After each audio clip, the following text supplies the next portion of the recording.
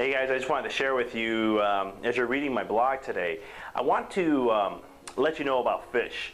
Now, fish is a very healthy alternative to meat. Has a lot of good fish oils in there, good omega-3s. It has a lot of different antioxidants depending on the fish you're consuming and so forth. Sockeye salmon, wild sockeye salmon, is the one that I constantly recommend to my patients. I consume it 2 to 3 times a day. I'm a really big fan of it.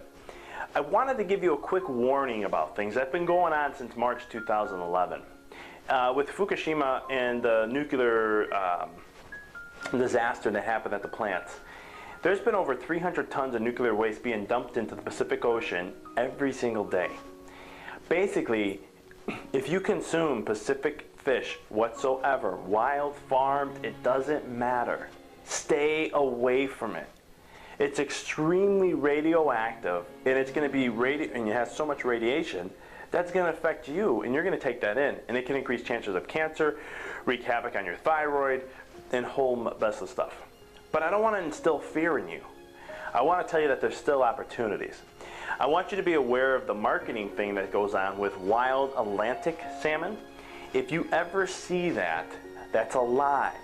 They cannot sell wild Atlantic salmon because those are on the endangered species list.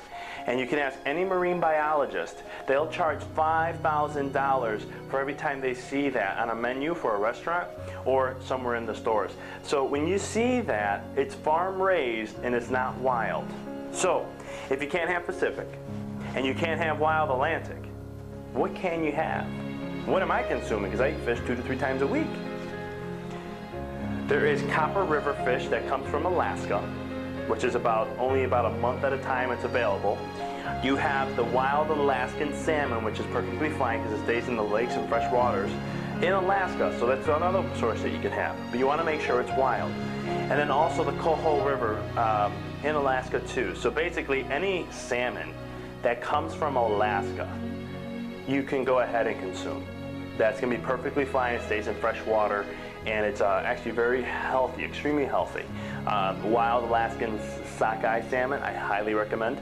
So just make sure that anything that you see as Pacific Ocean water, fish, stay away from, because it's highly radioactive. So enjoy the rest of the blog.